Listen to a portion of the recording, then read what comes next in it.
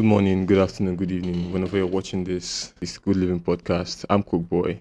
And remember, if you don't like to watch this talking head, you can listen to these episodes on Spotify, Apple Podcasts, or any other podcast channel, really. These are some harsh truths, but honestly, if you listen to them and you know them, it's going to help you a lot in your journey. You'll be a lot farther ahead mentally than the rest of your mates and the rest of your peers. You probably don't know what you are going to become when you grow up.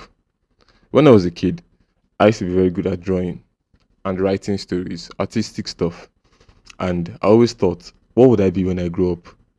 And architecture was the first thing that my parents told me because that's the only profession that had some respect and also had to do with some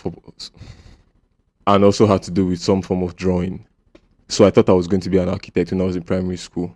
And even as I grew older, I was thinking, yeah, I'll be an architect. But life changes. The way the world is when you're 17, 18, 19, or even 20 is not how it will be when you're 27 or 30.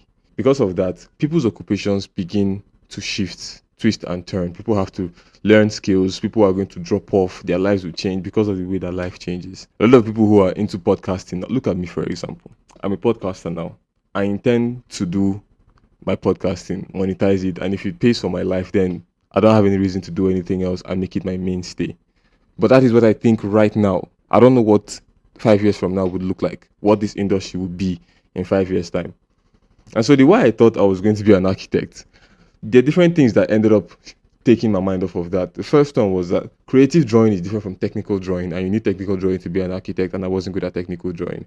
That is one. Two, convenience increases as humanity progresses, which means with new technologies coming in, life gets easier. And so there are a lot of easy jobs that you can make money from without having to put so much mental energy and physical energy in.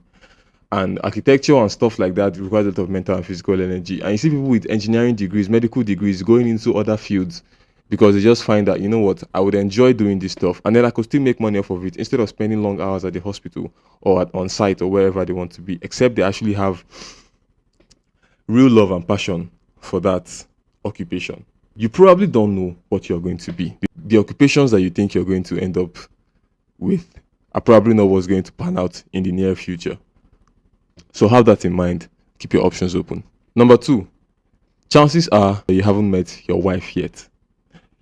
In the teenage world, romance is new.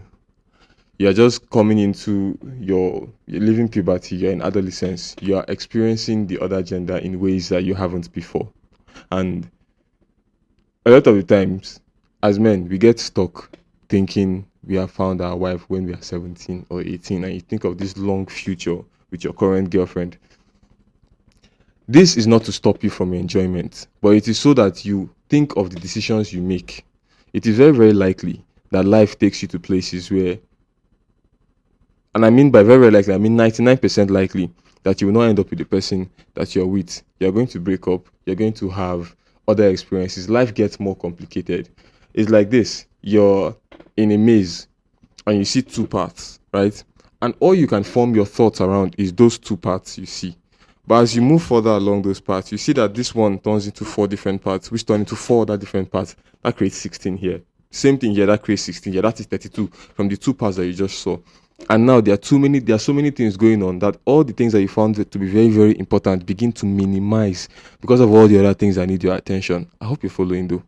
When that happens, you realize that romance is not the be all and end all of your teenage life. There's a lot of things coming in the future, and your relationship might not survive those things. It might rekindle in the future, you can keep that hope alive, but your priorities will change, and you have to prepare mentally for those priorities to change.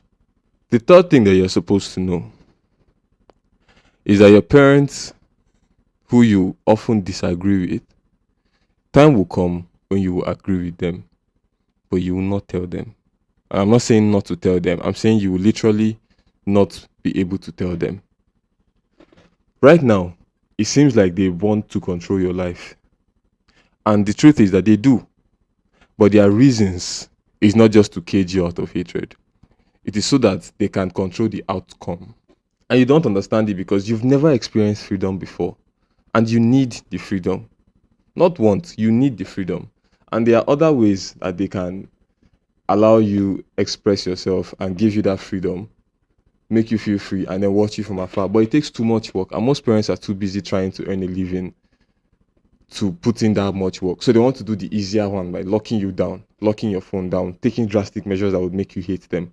But the thing is, when time comes, you'll understand how difficult it is to juggle everything that they are juggling with training a teenager. And then when you understand it, you can get.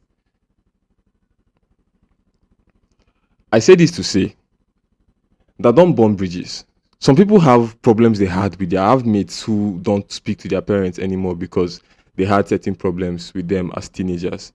And then now, as adults, they can't relate to their parents anymore because they overdid it when they were teenagers. They got too angry with their parents. They ran, left home, insulted them, burned bridges, did things that were.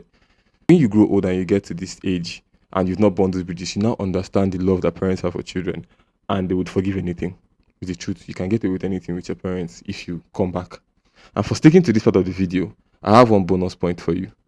The world will reward you for being firm and being fair. What this means is, don't be malicious towards anybody. Don't ever be the person that does evil to somebody first. If you're in business with somebody, don't be the first person to think of cheating them. That is fairness, right? But firmness is if somebody does that to you, don't let them get away with it just because you want to be nice or be forgiving. If somebody intentionally offends you, they have to see equal and opposite reaction. According to game theory, that is the easiest way to make sure that people don't mess with you over the course of your life. If you have a reputation from a young age as somebody who can be offended and nothing will happen, people will keep offending you. It's just how life works. It's why when they catch a thief in the middle of the street, the ones that they end up burning are the ones who beg and don't fight back.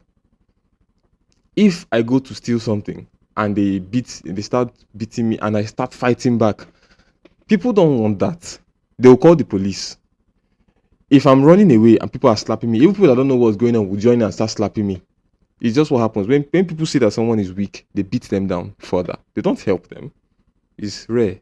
So, be the kind of person that if someone offends you maliciously and doesn't seek, they should feel the wrath of that action. Don't do anything crazy. But let them know that that is not okay. By your actions, not just by your words.